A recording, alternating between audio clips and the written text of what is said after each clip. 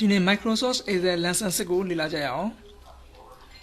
ကိုယ့်ရဲ့ Microsoft Excel file ကိုကျွန်တော် double click နဲ့ဖွင့်လိုက်ကြမယ် Microsoft Excel file ပို့ရအောင်နော်အဲ့ကြောင့်ဦးဇင်းတို့ဒီထဲမှာဦးဇင်းတို့စရင်းစရာတွေတစ်ခုရိုက်ဒီမှာဦးဇင်းစရင်းစရာတစ်ခုမှာရိုက်ထားလိုက်ပြီစရင်းစရာမရှိတဲ့လူတွေကဒီစရင်းကိုဒီ video file လေးကိုခုဒီမှာခဏလေးရက်လက်ပြီးရောဒီစရင်းတိုင်းလေးရိုက်ထားလိုက်မနော်ဒီစရင်းမှာဆိုရင်ကိုယ့်ရဲ့ဒီမှာဒါကိုယ့်ရဲ့ကတအုပ်စု10ရက်ကတအုပ်စု17ရက်ကတအုပ်စု12ရက်ကလို့ရက်အားဖြစ်ဆိုရင်4အုပ်စုပဲရှိတယ်နော်အမီအားဖြစ်ဆိုလို့ရှင်တော့အမီတွေမှာတွန်းသူရှိတယ်နော်ဒီမှာဆိုရင်ဒါ marketing စင်းနဲ့စင်း marketing စင်းနဲ့ဇာတ်လေးပေါ့နော်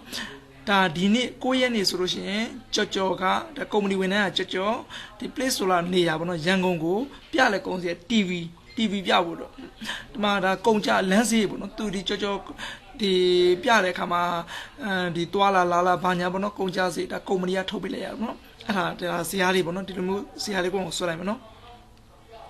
တကယ်လို့ကိုမဒီဟာဦးစင်းရဒီလက်ရှိရိုက်ထားတဲ့ဇာတ်လေးကိုပဲအတူလိုက်ရိုက်မယ်ဆိုရှင်တော့ဒီမှာ video file လေးကိုဒီမှာခဏရက်လက်ပြီးရောဒီဇာတ်လေးတိုင်းကွန်ပျူတာမှာရိုက်ထည့်လိုက်ပြီပေါ့နော်ဟုတ်ပြီဒီဟာလေးဦးစင်းတို့ဒီဇာတ်လေးကိုချုပ်ကြည့်မှာပေါ့နော်ဘာလို့ဆိုစင်းချုပ်မှာပေါ့နော်အဲ့လိုမျိုးဘယ်လိုစင်းချုပ်လဲရှင်းလင်းအောင်ဘယ်လိုကြည့်မလဲဆိုတာကိုဒီနေ့ရှင်းပြမှာပါအဲ့ဒါဦးစင်းတို့ကွန်ပျူတာမှာပိုင်းဖော့လုပ်တယ်လို့ခေါ်တယ်ပေါ့နော်ဟုတ်ပြီဒီမှာ exam မှာပိုင်းဖော့လုပ်မယ်ဆိုရင်လုပ်ချင်တဲ့နေရာလေးပေါ့နော်အဲ့ဒါလေးကိုအကုန်လုံးအရင် select ပြရမယ်ဒါပိုင်းဖော့လုပ်မယ့်နေရာကို select အကုန် on select all ပေးလိုက်ပေါ့နော်ဒါပိုင်းဖော့လုပ်မယ့် area ကို select all ပေးပြီးတော့ဒီနောက်တစ်ခါဒီပိုင်းဖော့သွားဖို့ဒီမှာ file home insert ဟိုအပေါ်ဆုံးတန်းကိုကြည့်မယ်နော်အဲ့ဒီကနေပေါ့ဦးစင်းဒါအကုန် select ပေးပြီနော်ဒီမှာအကုန် select ပေးပြီ select ပေးပြီးကမှဒီဇာတ်ကိုလိုအရင်ဇာတ်လေးကို select ပေးပြီးကမှဒီအပေါ်သွားမှာနော်ဒီမှာ insert ဆိုတာကိုနှိပ်လိုက်မယ်နှိပ်လိုက်တဲ့အခါမှာဒီအစွန်ဆုံး work လေးမှာကြည့်မယ်နော်ဒီမှာတွေ့ပြီဒီလိုကဒါပိုင်းပေါ် tablet ဆိုတာဒီမှာစင်းချုပ်တာပေါ့နော်ဒါဟုတ်ပြီဒီနှစ်ကွက်ကလေးပေါ့နော်ဒီမှာတည်းကဒီအစွန်ကွက်ကလေးကိုနှိပ်လိုက်မယ်နော်ဒီမှာဆိုရင် tablet ပေါ်လာ create ပိုင်းပေါ် tablet ဆိုပြီးပေါ်လာပိုင်းပေါ်သူအဲ့မှာじゃဒီအပေါ်ဟာသူ့မှာသူဒီမှာရွေးပေးပြအပေါ်ဟာကိုထပ်ပြီးတော့ဘာမှမပြေမှာနဲ့အောက်ကဟာကိုစပြင်မယ်အောက်မှာပါဆိုတော့ဒီမှာဆို new worksheet ဆိုတာဘာလို့ဆိုလို့လဲဆိုဒီမှာ worksheet ဒီမှာအောက်ရှူကြီးမယ်နော်1 2 3 sheet 1 sheet 2 sheet 3ပေါ်နေတယ်เนาะဒါကြတော့ new worksheet ဆိုတော့ sheet 4ဆိုလိုက်ပြီးတော့ဒီတစ်ရှည်မှာတော့ sheet 1 sheet မှာ sheet 4ဆိုအတင်နောက်တစ်ခုထပ်တိုးလာတယ်အဲ့မှာ तू ကစရင်တီးတန့်ချုပ်ပြတယ်ဒီမှာကျတော့ extend worksheet ဆိုတာတော့ဒီလက်ရှိ worksheet ပေါ်မှာထပ်ပြီးပေါ်မှာเนาะများသောအားဖြင့်အသုံးများကြတာတော့ new worksheet ခေါ်ကြတာပေါ့ new worksheet ကိုပဲရွေးကြတော့အဲ့ကြောင့်ဒီ amazing လေးကဒီ new worksheet ကမှာပဲဖြစ်နေရမှာเนาะအဲ့လိုရွေးထားမယ်အဲ့ဒီမှာ new worksheet မှာရွေးပြီးဆိုကမှ okay ကိုနှိပ်လိုက်ဟုတ်ပြီဒီမှာအောက်မှာကြည့်မယ်နော်ဒီအောက်ရှိလို့ကြည့်အောင်နော်ဒီမှာဆိုရင် sheet 4ဆိုတာဒီမှာ sheet 1ရှိမှာ sheet 4ဆိုအတိထက်ပေါ်လာနော်ဟုတ်ပြီအဲ့မှာ sheet 4ကsheet 4မှာဒီမှာဘာမှအကွက်ထဲမှာမပေါ်နော်ဒီမှာပေါ်နေပြီဒါက ပိုင်းပေါ် tablet ပေါ့နော် ပိုင်းပေါ် tablet ထဲမှာကျတော့ဒီမှာဘာလေးပေါ်နေလဲဆိုဒီမှာ date က name ရယ် place က code က expand အဲ့ဒါဒီမှာဒီဟာပေါ့ပထမဒီမှာဥစဉ်တော့မှာလဲ date name place cost expensive ဒီမှာဆိုရင်လည်း5ခုရှိတယ်နော်အဲ5ခုရှိတော့ဒီမှာလည်း5ခုအကွက်ပေါ့နော်ဟုတ်ပြီအဲ့ဒီဥစဉ် date တွေကိုတူရအုပ်စုပေါင်းမှာဆို date ခွက်လေးကိုအမှန်လေးချစ်ပလိုက်မယ်အဲ့မှာဒီမှာ date တွေက9ရက်က10ရက်က17ရက်က12ရက်ကပဲရှိတယ်သူကတူရကိုချုပ်ပေးတာဒါစင်းချုပ်တာပေါ့နော်ဟုတ်ပြီဒါအဲ့သူကဒီ၄အုပ်စုပဲရှိတယ်ဆိုတော့မှပြပြီနောက်တစ်ခါအဲ့ဒီနေ့တွေမှာ9ရက်နေ့မှာကုမ္ပဏီကဘလောက်ငွေတွေထွက်သွားတယ်ဘလောက်ငွေတွေကုန်သွားတယ်အဲ့ဒီရက်တွေနဲ့ငွေတွေနဲ့ကိုတွက်ကြည့်ကြတယ်ပေါ့နော်ဒါ9ရက်နေ့မှာငွေဘလောက်ကုန်လဲ10ရက်နေ့မှာငွေဘလောက်ကုန်လဲ17ရက်နေ့မှာငွေဘလောက်ဒီလိုရက်တွေနဲ့ငွေတွေကိုတွက်ကြည့်ကြလို့ရှိရင်အရင်တော့ဒီမှာ date ကိုနှိပ်ပြီး date တော့ဒီမှာရက်တွေပေါ်နေပြီငွေကိုတွက်ကြည့်ဖို့အတွက်ဒီမှာငွေဆိုတော့ဒီမှာ expense ကကုန်ကျငွေပေါ့နော်တွက်လိုက်လို့ရှိရင်ဒီမှာ date နဲ့ငွေနဲ့ဒီမှာတွက်ပေါ်နေတယ်နော်such all expenses ဆိုတာဒီငွေတွေကုန်ကျငွေတွေအကုန်လုံးပေါင်းပြီးတာဒီ9ရက်နေမှာအကုန်လုံးပေါင်းတဲ့ငွေကိုပြောတာဒီမှာကြည့်အောင်ဒါရှီဝမ်ပြန်နေတယ်နော်အောက်ဘက်ကနေတော့လော်ရတာဒီ9ရက်နေဆိုလို့ရှိရင်ဒီမှာနှစ်ကနေဒီ6ထိပေါ့နော်ဒီလိုမျိုးအုပ်စုတာ9ရက်အုပ်စုတွေဒီ9ရက်နေတယ်မှာဒီမှာကုန်ကျတဲ့ငွေတွေအကုန်လုံးကိုပေါင်းပေးလိုက်တာဒီမှာအကုန်လုံးပေါင်းပေးပါဟုတ်ပြီနောက်တစ်ခါဒီမှာသူထပ်ပြီးရှင်းပြမှာကဒီမှာreport printer ဆိုတာလေးရလို့ဦးဇင်းတို့ပထမသင်ခန်းစာတွေမှာဦးဇင်းရှင်းပြပူတဲ့ soft and printer သင်ခန်း soft and printer ဆိုဒီမှာဦးဇင်းပြမယ်နော် ပထမသင်ခန်းစာထဲမှာဦးဇင်းဒီမှာရှင်းပြထားတယ် soft and printer ဆိုတော့ဟောဒီကွက်လေးအကြောင်းဦးဇင်းရှင်းပြပေးတာပါအကယ်၍အရင်သင်ခန်းစာလေးကိုမကြည့်ရသေးဘူးဆိုရင်ဦးဇင်းဒီအကောင့်မှာဝင်အကောင့်လာပြီးတော့အရင်သင်ခန်းစာလေးကိုလေ့လာလို့ရပါတယ်နော်အရင်သင်ခန်းစာလေးမှာအဲ့ဒါလေးဒီ soft and printer မှာရှင်းပြပေးတာဖြစ်တဲ့အတွက်ဒါကိုအရင်ဦးဇင်းတို့အထူးရှင်းပြကြမလို့တော့ပါဘူးဒီမှာနောက်တစ်ခုကြတော့ဒီမှာ column label နဲ့ row label ဒါလေးနှစ်ခုကဒါအစ်စ်ပေါ့နော်ဒါကတော့ value ဒါပေါင်းခြင်းအကုန်လုံးတန်ဖိုးတွေကိုပေါင်းပြတာဟုတ်ပြီဒီမှာ row label ဆိုတာဘာလို့ဆိုလို့ဟောဒီဒါ row ဆိုတာဒီဘေးရဟာလို့ဒါ row လို့ခေါ်တယ်နော် row 1 row 2 row 3 row 4 row 5 row label ဦးဇင်းတို့ဒီမှာ row label ရွေးထားခြင်းဒီလို row လိုက်ပဲပြအောင်နော် column label ရွေးထားရင်ဒီလိုပေးလိုက်ပြမယ်ဟုတ်ပြီဒီကုန်ကြငွေတွေကိုဒီလိုအခုတိုင်းပြလာတာ date နဲ့ပြလာဘယ်လိုဆိုတာဒီ date ကို row ထဲမှာရွေးတာဒီမှာ date ကလေးဦးဇင်းမှာ column ဘက်ကိုရွှေ့လိုက်မယ်ဒီမှာ row label ရဲ့ date ကလေးဦးဇင်းမှာမောက်ကလေးနဲ့ဆွနေပြီးဘေးလေးကိုမှာဆွဲရွှေ့လိုက်မယ်နော်ဒီမှာ column ဘက်မှာလွှတ်လိုက်ဒါဆိုရင်မှာဘေးလိုက်ကလေးပြပြီနော်ဒီမှာဆိုရင်9ရက်12လ2019ကကုန်ကြငွေဒီလောက်ရှိပါတယ်ဒီရက်မှာ10ရက်ကြာတော့ဒီလောက်ရှိပါတို့တော့ဘေးလိုက်ပြပါနော်နောက်ကဒီကောင်လေးကိုလက်ကလေးနဲ့ပြန်ဖိမယ်ဖိလိုက်ပြီးတော့ဒီမှာပြန်ပြီးတော့ရိုးလေးကိုဆွတ်ထည့်လိုက်မယ်ဆိုဒီလိုအထက်အောက်ပြန်ပါနော်ဒါကိုကြည့်ချင်တဲ့ပုံစံမျိုးလေးကိုဒီကနေပုံစံတော့ပြောင်းလို့ရတယ်ပေါ့နော်နောက်တစ်ခုဆက်ရှင်းပြမယ်နောက်တစ်ခုကဘာလဲဆိုတော့ဒီအမီပေါ့နော်ဟုတ်ပြီဆိုဒီနာမည်တွေကိုဒီမှာအမှန်ချစ်ပေးလိုက်တဲ့အတွက်ဒီမှာအမီတွေပေါ်လာတယ်ဒီအောင်အတွက်ပေါ့အောင်အတွက်ကုမ္ပဏီကကုန်ချသွားတဲ့ငွေကအောင်ဒီအလုပ်လုပ်တဲ့အတွက်တော့ကုမ္ပဏီကထုတ်ပေးလိုက်တဲ့ငွေကဘယ်လောက်ရှိသလဲအေးဘယ်လောက်ငွေကကုန်ချတဲ့ငွေကဘယ်လောက်အဲ့မျိုးလူတွေအမီတွေနဲ့ငွေတွေကိုသိချင်လို့ရှိရင်ဘယ်လိုလုပ်မလဲဆိုတော့ဒီ name ကိုအရင်ရွေးထားမယ်နော်ကိုအရင်ပေါ်ချင်တော့အရင်ရွေးထားမယ်ရွေးလိုက်ပြီးတော့ဒီမှာငွေကြေးကိုကုန်ကြငွေကိုနှိပ်လိုက်တဲ့အခါမှာပေါ်လာပြီနော်အောင်အတွက်ကဒီမှာဒီလောက်ကုန်တယ်အေးအတွက်ကဒီလောက်ကုန်တယ်ကြော့အတွက်ကသူကကုန်ကြငွေနဲ့လူနာမည်နဲ့ကုန်ကြငွေသူတွဲပြီးပါဒီနောက်ခါအောင်ပြခဲ့တဲ့ကုန်စီတွေကဘာတွေလဲအေးပြခဲ့တဲ့ဒီလူနာမည်လေးနဲ့ကုန်စီတွေနဲ့တွဲကျင်လို့ရှိရင်ဒီကုန်ကြငွေကိုဖြုတ်လိုက်မယ်ကိုဆိုတာဟာကိုနေလိုက်မယ်ဒါဆိုရင်အောင်အယောင်ပြခဲ့လား DVD တစ်မျိုးတည်းပါအေးက DVD နဲ့ TV နှစ်မျိုးဒါမျိုးဆိုသူ့မှာတွဲပြီးတယ်ပေါ့နော်နောက်တစ်ခါအောင်က DVD ပြလာဟုတ်ပြီဘယ်နေရာမှာပြခဲ့တာလဲအဲ့လိုနေရာဒေသလေးနဲ့မှာသူထပ်တွဲကျင်လို့ရှိရင်ဒီမှာနေရယ် cost care ဘေးက place ဆိုလိုက်တော့ထပ်နေလိုက်ချင်းအောင် DVD ပြခဲ့တာပြည်နဲ့ရန်ကုန်မှာသူဒီ marketing ဆင်းခဲ့တာပါတဲ့ဒီ DVD ဆက်ကိုပေါ့နော်အေးကတော့ဒီ DVD ကိုကြာတော့ Mandalay မှာတော့ marketing ဆင်းပြီးတော့ TV ကိုလည်း Mandalay မှာအေးဆင်းကြတာ Mandalay မှာပဲเนาะဒီ TV နဲ့ DVD ပေါ့နော်နောက်ကကြော်ကွန်ပျူတာတော့သူရန်ကုန်မှာဆင်းတယ် DVD ကိုတော့သူတောင်ကြီးမှာလည်း marketing ဆင်းတယ်ရန်ကုန်မှာလည်း marketing ဆင်းတယ် TV ကိုတော့ရန်ကုန် marketing တို့မျိုးသူတွဲပြီးဒီဆင်းချုပ်ပြီးတော့เนาะဟုတ်ပြီနောက်တစ်ခါဒီအောင်ကဒီပြခဲ့တဲ့ကုန်စီအမိလည်းသိပြီအောင်လည်းသိပြီနေရာလည်းဒီနောက်ကငွေကြေးပါအောင်တော့ကဘလောက်ကုန်လဲထပ်ပြီးသိချင်လို့ရှင်ဒီမှာငွေကြေးကွက်ကလေးကိုထပ်ပြီးအမှန်ချစ်လိုက်မယ်တခါလည်းတန်းပြနော်အောင်ရဲ့အကုန်လုံးပေါင်းအောင်တော့ကုန်ကြငွေကဒီလောက်ဖြစ်ပါတယ်နော်ပြေမာတော့သူဒီဗီဒီယိုပြတော့4000ကုန်တယ်ရန်ကုန်မှာတော့4000 2000ကုန်တယ်အဲ DVD တော့ကုန်4000နဲ့8000နဲ့2000ပေါ့နော်အဲလိုဖြစ်ပါလေဆိုတော့ဒီမှာသူမှသူပြပေးတယ်အေးကလည်းဒီမှာဒီလောက်ကုန်တယ်ဆိုတော့သူတခါလည်းပေါင်းပြီးတယ်နောက်က date တွေပါထပ်တွဲချင်လို့ရှိရင်ဒီမှာ date ကွက်ကိုထပ်ပြီးတော့နှိပ်ပြလိုက်ပါတော့ဒီDVD ကိုပြင်မာတော့ပြခဲ့တဲ့နေ့ကဒီနေ့ရန်ကုန်မှာဒီနေ့အဲ့လိုသူကထပ်တွဲနော်နောက်တစ်ခါထပ်ပြီးတော့ဦးစင်းတခုထပ်ပြီးတော့ဒီမှာဒီ name ဆိုတာအမည်နဲ့ပစ္စည်းတွေပေါ့နော်နောက်အဲ့အမည်ရဲ့ပစ္စည်းတွေသူကုန်းကြောင်ငွေတွေခဏဖျောက်ထားလိုက်မယ်ဖျောက်ချင်ဒီကအမှန်ချစ်လေးကိုဖြုတ်လိုက်တော့ပြောက်သွားတယ်နောက်တစ်ခါဦးစင်းတို့ဒီဖင်တာအကြောင်းလေးကိုနည်းနည်းထပ်ပြောပြမယ်ဒီ date ဆိုတဲ့အကောင်လေးကိုဖင်တာလုပ်ချင်လို့ရှိရင်ဒီ date ကလေးကိုလက်ကလေးနဲ့ဖိလဲပြီးတော့ဟောဒီ report ဖင်တာဒီပေါ့ report ဖင်တာဆိုဒီကွက်လေးကိုထည့်လိုက်မှာနော်ဟောဒီမှာ date ပြီးမှ all လို့ရေးထားတယ်အဲ့ဒါဦးစင်းထပ်ပြောင်းမယ်ဒီအောက်လို့စိုက်နေမြားလေးကိုတစ်ချက်နေလိုက်မယ်အဲ့မဟုတ်ပြီအဲ့ကနံပါတ်မှာ9ရက်နေ့မှာတဲ့9ရက်နေ့တစ်ခုတည်းကိုသုံးမယ်ဒီမှာ9လေးကိုဒီဓာတ်လေးကို select ပြီး okay နိုင်မယ်နော်အဲ့ဆိုဒီမှာ9ရက်12လ2019ကပြတော့ဒီ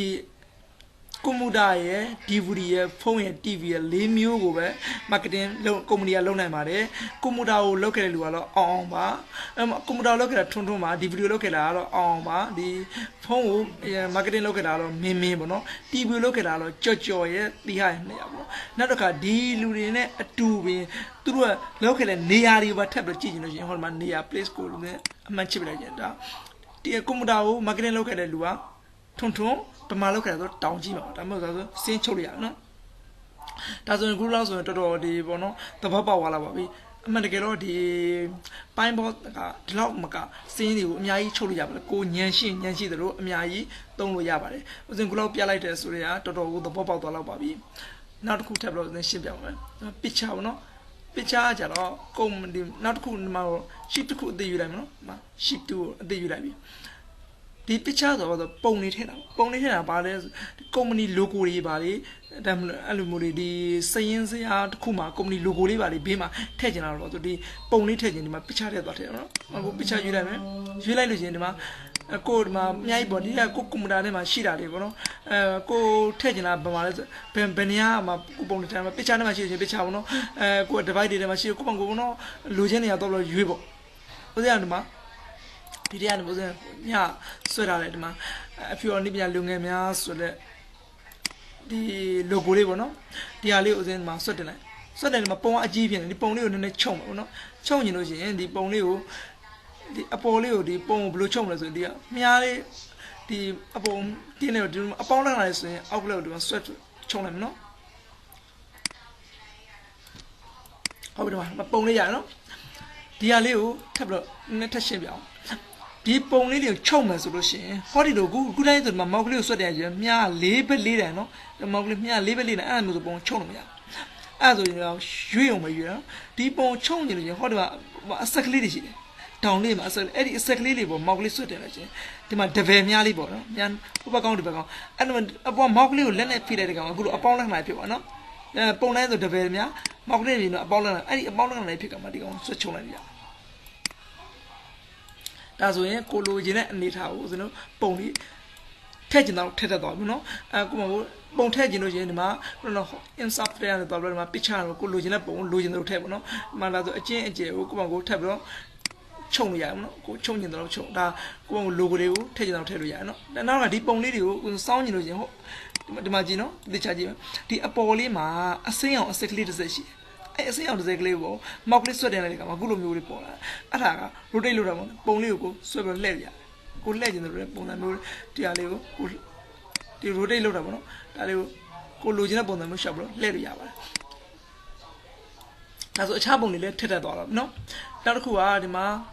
flip r ဆိုတာသူငကိုတွေကရှိပြီးသားပုံနော်ဒီမှာဘာမှမရွေးလိုက်ချင်ဘာမှမရွေးပါနဲ့ဒီအောက်ကလေးနဲ့မှာတော့ off ဖြစ်နေရမယ်နော် off ဖြစ်နေရပြီဘာမှဒီပုံမှာရေးမနေနဲ့မှာကိုးတာနေတယ်သူကသူပုံတွေပေါ်လာဒီမှာအောက်မှာသူကအများကြီးဒီ set ထဲမှာရှိတဲ့ပုံတွေကိုဒါအစင်းနဲ့ယူသုံးလို့ရအောင်ပေါ့နော်ပုံတွေအများကြီးတော့ကိုဥစဉ်ဒီပုံလေးကိုယူလိုက်မယ်ဒီပုံလေးကိုဒီမှာ select ပေးလိုက်မယ်ဟုတ်ဒီမှာဒီကောင်လေးကိုဖြောက်လိုက်မယ်ဒါဆိုမှပုံလေးတစ်ပုံထွက်တာဒါကွန်ပျူတာထဲမှာသူရှိပြီးသားပုံနော်ဒါလေးတွေကိုလည်းခုနကတော့ဥစဉ်တို့ကျင်းနေတာကျဲကျင်တာပုံလေးအသေးကြီးကြိုက်တယ်လို့လုပ်လို့ရတယ်နော်ဒီပုံဒီတက်ပို့လို့အရှိဘက်ထက်ရှည်နေတယ်ဆိုဒီမှာအရှိပေါ့နော်ဘေးတိုင်းကိုပဲရှည်ချင်လို့ရှိရင်ဒီလိုဘေးတိုင်းပေါ့နော်ကိုလိုချင်တယ်မျိုးလုပ်လို့ရတယ်ဒါဆိုဒီပုံလေးရနော်ဒါဆိုရင်ဒီမှာဒီ insert ကနေပြီးတော့ဒီ slip လည်းသုံးတတ်ပါပြီဒီ picture လည်းသုံးတတ်ပါပြီနော်ခုတစ်ခါဒီမှာ shape ပေါ့နော်အဲ shape ကဘယ်လိုသုံးမလဲဆိုလို့ရှိရင်ဒီ shape လည်းအပေါ်ကလေးကိုနှိပ်လိုက်မယ်နှိပ်လို့ရှိရင်အောက်မှာပုံစံမျိုးပေါ်လာအဲ့ဒီကိုကြိုက်တဲ့ဟာလေးရွေးလို့ရတယ်။ဒီမှာမြားလေးလေဥစဉ်တို့စင်းစရာမှာသုံးတဲ့အခါမှာမြားလေးလေလိုတတ်တယ်။ဒီလိုပုံစံမျိုးမြားအတွန်းလေးလေလိုလေကိုလိုချင်တဲ့ပုံအမျိုးမျိုးလိုနိုင်တယ်ပေါ့နော်။ဒီမှာဆိုမှဒီမြားလေးတစ်ခုယူလိုက်မယ်နော်။မြားလေးဆိုဒီမှာအောက်မှာဒီလိုဆွတ်လိုက်ကြမှာမြားအတွန်းလေးပေါ့နော်။ဒီလိုမျိုးမြားတစ်ခါလေးလိုရင်လည်းလိုတတ်တယ်။လိုချင်မှလိုရင်လည်းဒီလိုမြားပြန်သုံးအောင်ပေါ့နော်။ပြလိုက်ပြီ။ဒီမှာ insert ပြသွားမယ်ဒီမှာ shift ရနေပြီးတော့ဒီလိုကိုစဝိုင်းပုံလေးလိုချင်လို့ရှိရင်ဒီမှာစဝိုင်းပုံလေးယူမယ်။ယူလိုက်ပြီးတော့ဒီမှာဒီတိုင်းဆိုရင်စဝိုင်းရမဝိုင်းဘူး။ဒီဘက်က shift ကိုခံနေပြီးတော့ဆွဲလိုက်ကြတော့စဝိုင်းဝိုင်းနော်။ဟုတ်ပြီဒီကောင်လေးဖြတ်ချင်လို့ရှိရင်ဒီတိုင်းဖြစ်နေမှာ delete ပေါ့နော်ဖြတ်လိုက်မပြတ်ပါဘူး insert ဖြတ်တော့နောက်က shift တစ်ခုယူမယ်ဒီတစ်ခုလေးပေါ့နော်ဒီကတစ်ခုယူလိုက်မယ်ဝေးတယ်ပေါ့ကျွန်တော်ဆွဲလိုက်ပေါ့နော်ဒီထက်မှာကျွန်တော်အမိတွေနာမည်တွေစာတွေရိုက်ရတရားရိုက်ရကြတယ်နော်ဟုတ်စစာရမနော်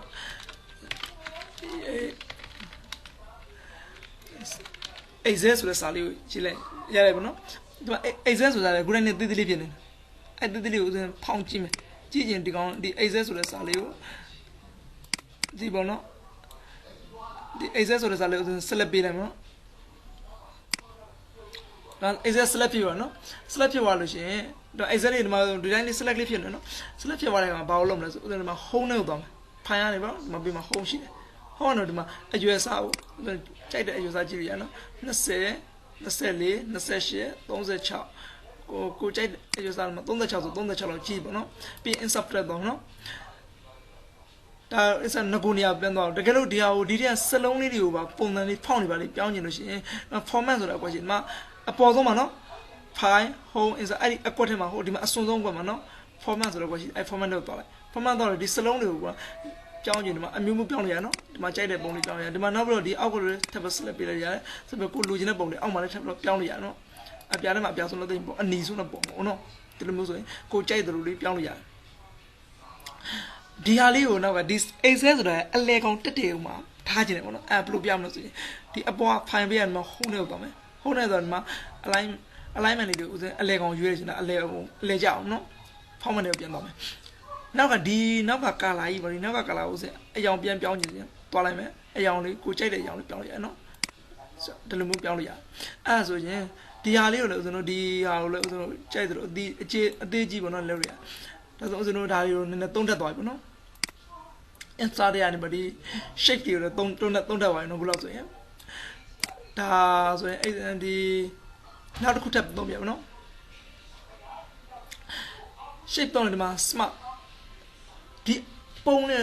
smart ကိုပြောရင်ဒီမှာနည်းနည်းပြောပြအောင်ဒီပုံလေးတစ်ခုနဲ့တစ်ခုလည်းထပ်လို့ရတယ်နော်တစ်ခုနဲ့တစ်ခုထပ်ရအဲ့လိုမပေါ်တော့ဘူးဒီလိုမျိုးပျောက်သွားပါနော်ပျောက်သွားခြင်းဒီပုံမှာ mouse တစ်ချက်ကလစ်လိုက်လို့ရှိရင်ဒီရှေ့နောက်တွေကိုဒီမှာတော့လို့ရနော် bring to from I'm a bit အဲ့တော့တစ်ခုမဟုတ်တစ်ခုအဲ့ shop ကိုရွေးကြရခြင်းသူကပေါ်တယ်နော်အမှုပေါ့နော်ကိုပေါ့အဲ့ကန်ကတော့နှစ်ခွက်ထည့်ရတယ်ဒီမှာထပ်ပြအောင်မယ်ဒီမှာ bring to from bring to back အဲ့ကန်ပေါ့ကိုက select ပေးထားတာကိုမှန်လို့ရှိရင်တော့တခါလေးရွေးရပေါ့နော်မမှန်လို့ရှိရင်ကိုပေါ့ကိုရမ်းလုံးမယ်ဆိုလို့ရှိရင်တော့အဲ့ဒီနှစ်ခွက်ထည့်ရတယ်ပေါ့ shop လို့ရှာလိုက်လို့ရှိရင်ဒါအဆင်ပြေပါမို့နော်ဒါပုံလေးရှေ့နေနောက်တွေထပ်ပြီးပြင်လာအောင်နောက်တစ်ခါခု smart arc ဘာတော့မလဲဆိုဒီ smart arc တွေကတော့အဓိကဒီပုံလေးဆိုဥပမာဆိုဒီကလေးတစ်ခုယူလိုက်မှာဒီမှာအများကြီးပဲရှိတယ်ဒီ smart arc ထဲမှာသူ့အများကြီးပြတာနော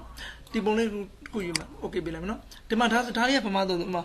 ဆိုတော့10တန်းတော့ဆိုတာ9တန်း10တန်းတော့ဆိုတော့ chemistry မှာဆိုရင်ဒီလိုမျိုးပုံလေးတွေခဏခဏတွေ့ရတယ်နော် molecule ပုံလေးပေါ့နော်အဲ့မျိုးလေးဆိုရင်ဒီ molecule ပုံလေးတွေဆိုဒါမျိုးလေးနဲ့ပဲပြတာများတယ် cell လေးတွေဆိုရင်ဒါလိုမျိုးလေးနဲ့ပြတယ်ဒီလိုဟာမျိုးတွေသုံးမှာဆိုဒီကနေမလာပြီးတော့လောက်ရတယ်နော်ဒါတွေကိုကိုချက်အယောင်လေးလက်ကြိုက်သလိုပြောင်းလို့ရတယ်ဟုတ်ပြီဒီအထက်မှာစလုံးလေးတွေကိုလည်းကိုကြိုက်တဲ့စလုံးပေါ့နော်ဒီဟာလေးတွေမှာ test လုပ်နေရမှာကိုကြိုက်တဲ့နေရာကိုရေးလို့ရတယ် A ပေါ့နော်အဲဒီမှာဆို A လို့ရေးမယ်ဒါတော့ဒီအောက်ကဟာကိုဥစဉ်ထပ်ပြီးပြောင်းပေါ့နော်ဒါဆိုရင်ဥစဉ် B လို့ရေးမယ်ပေါ့နော်B ဒါကိုယ့်ဘက်ကိုဒီမှာ test ဆိုတာဟာလေအများကြီးဥစဉ်လို့ရေးလို့ရတယ်ဒီဟာလေးတွေလည်းဥစဉ်တို့ဒါအယောင်အမှုဒီမှာချင်းလို့ရအောင်နော်ကိုလိုချင်တယ်လို့အယောင်မျိုးရောင်စုံနဲ့ချင်းလို့ရတယ်တမျိုးလည်းဒီမှာလည်းဆိုချင်တယ်ဒီပေါ်တော့ဘလို့ဖောင်းချအဲ့မျိုးကိုယ့်ဘက်ကိုဒီမှာစိတ်ကြိုက်ပြင်လို့ရဒီကနေထပ်ပြီးတော့လည်းပြင်လို့ရအခြားပုံစံမျိုးလေးတို့ပြောင်းလို့ရနော်ဒါဒီကတော့တကယ်လို့မလိုချင်ဘူးဆိုလို့ချင်းဒီအပေါ်မှာအကုန် select ပေးထားတဲ့အချိန်မှာအကုန်လုံး delete နှိပ်လိုက်ပေါ့နော်အကုန်ပျောက်သွားတယ်နောက်က insert ထည့်သွားမယ်ဒီ smart အထက်မှာထည့်ယူမယ်နောက်တစ်ခုထည့်ပြအောင်နော်နောက်တစ်ခုထည့်ယူပြမယ်နောက်တစ်ခုကဘာပုံလေးယူပြမလဲဆိုလို့ရှိရင်ဒီအောက်မှာသူကရွေးစရာအများကြီးမှာရှိတယ်နော်ဒီဆိုတော့ဒါတစ်ခုရွေးပါရွေးလို့ဒီမှာ okay လိုက်မနော်ဒါမှမဟုတ်ဒီအောက်ကတော့မြားလေးကဒီဘက်ကိုသွားလာပုံစံမျိုးဒီဟာလေးကိုကိုယ့်ကိုထပ်ပြီးရွှေ့ကျင်လို့ရှိရင်ရွှေ့ရရတယ်နော်ဒါလေးကိုရွှေ့ကျင်လို့ရှိရင်ဒီဟာလေးကိုဒီလိုမျိုးရွှေ့ပြီးတော့သူမြားလေးကဒီပုံလေးတွေရွှေ့လာနေမှာပဲဒီမြားလေးတွေလိုက်ပြီးတော့ရွေ့ပြီးတယ်နော်ဒါကိုအသုံးလို့ရှိရင်အသုံးလို့တလောက်ဒါလေးကအများကြီးသုံးလို့ရပါတယ်ဒါဆိုရင်ဒီ insert ကနေပြီးတော့ဒီမှာအများကြီးသုံးတတ်သွားပြီပေါ့နော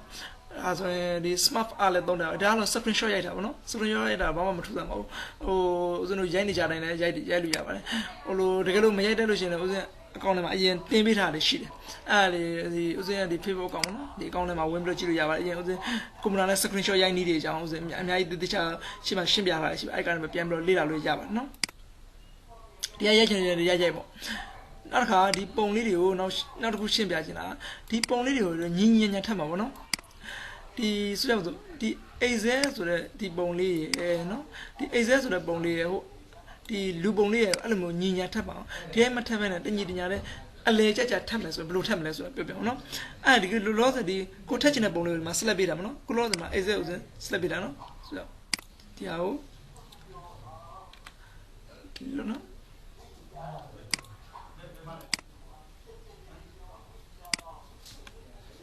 ဒီ Excel ဆိုတဲ့ဟာလေးကိုဥစဉ်ဒီမှာ select ပေးနော်ဒီမှာ select ပေးရင်တော့ဒီလိုမျိုးပေါ့အဲ့ select ဒီ Excel ဆိုတဲ့ပုံလေးဒီလူနဲ့ထက်ချင်တာနော် Excel ကို select ပေးလူနဲ့ထက်ချင်တယ် Excel ကိုအရင် select ပေးတာမယ် keyboard ကနေဥစဉ်တော့ဘာနဲ့ရမယ် control key ကိုနှိပ်မယ်နော် control key ကိုနှိပ်ပြီးတော့လူကိုထပ်ပြီးနှိပ်လိုက်မယ်ဒါဆိုရင်နှစ်ခုစလုံး select ဖြစ်တယ်နော်အကယ်၍ control ကိုမနှိပ်ပဲလို့ဆိုဒီမှာ Excel ကိုနှိပ်တယ်လူသွားနေတယ်ဒီမှာလူနော်ဒီလူကိုသွားနှိပ်လို့ရှိရင်သူကတစ်ခုပဲသူကပြသူကလူက Excel ကိုနေတာမယ်လူသွားနေချင်း Excel select ကပြောက်သွားမယ်နောက်က Excel ကိုပြန်နေလူက select ကပြောက်အဲ့နှစ်ခုစလုံးတစ်ခါလဲ select ပြီးချင်း keyboard က control ကိုတွဲနေတာ control နှိပ်ပြီးမှနောက်တစ်ခု select ပြီးတော့ဖြစ်အောင်နော်အဲ့မှာဒီဟာလေးနှစ်ခုကိုအလိုလျောက်ထပ်မှာပေါ့နော်ဘယ်လိုထပ်မလဲဆိုလို့ရှိရင် format နဲ့တော့နော် format နဲ့တော့ဒီနှစ်ခု select ပြီးမှသွားမှာနော်ဒီမှာ format ကိုတက်သွားမယ်သွားလို့ဒီမှာ align version အဲ့ align ကနေပြီးဒီမှာ click အောင် center လေးယူလိုက်မယ်အလဲထပ်ပါနော်နောက်က align နဲ့ထပ်သွားမယ် middle ပေါ့အလဲ automatic အဲ့မဖြစ်ပါနော်အဲ့ကောင်မှာဦးဇင်းတို့ဒီမှာထက်လာဒါလည်းဒီမှာရှေ့နေနောက်တွေလောက်လို့ရှိရင်ဒီဟာဒီဘက်ကနေဦးဇင်းတို့ bring forward bring backward ဆိုရှိအဲ့ကနေရှေ့နောက်တွေဦးဇင်းတို့ပြောင်းလိုက်ရတယ်နော်ဟုတ်ပြီဒါဆိုရင်ဒါတော်တော်များများဒါဆိုသဘောပေါက်သွားတော့ပါပြီဒီနေ့လည်းအချိန်က22မိနစ်တောင်ကြာသွားပြီဆိုတော့ဒီမှာလည်းနားကြရအောင်နောက်အခြားဘောနော်အခြားသင်ခန်းစာတွေကိုတော့ဆက်ပြီးတင်ပေးပါမှာနော်အခြားသင်ခန်းစာတွေကိုလေ့လာခြင်းလို့ပဲဖြစ်ဖြစ်တာမဟုတ်အရင်မလေ့လာသေးတဲ့သင်ခန်းစာလေ့လာခြင်းလို့ပဲဖြစ်ဖြစ်ဥစဉ်ဒီ Facebook အကောင့်မှာလာရောက်ပြီးတော့လေ့လာနိုင်ပါတယ်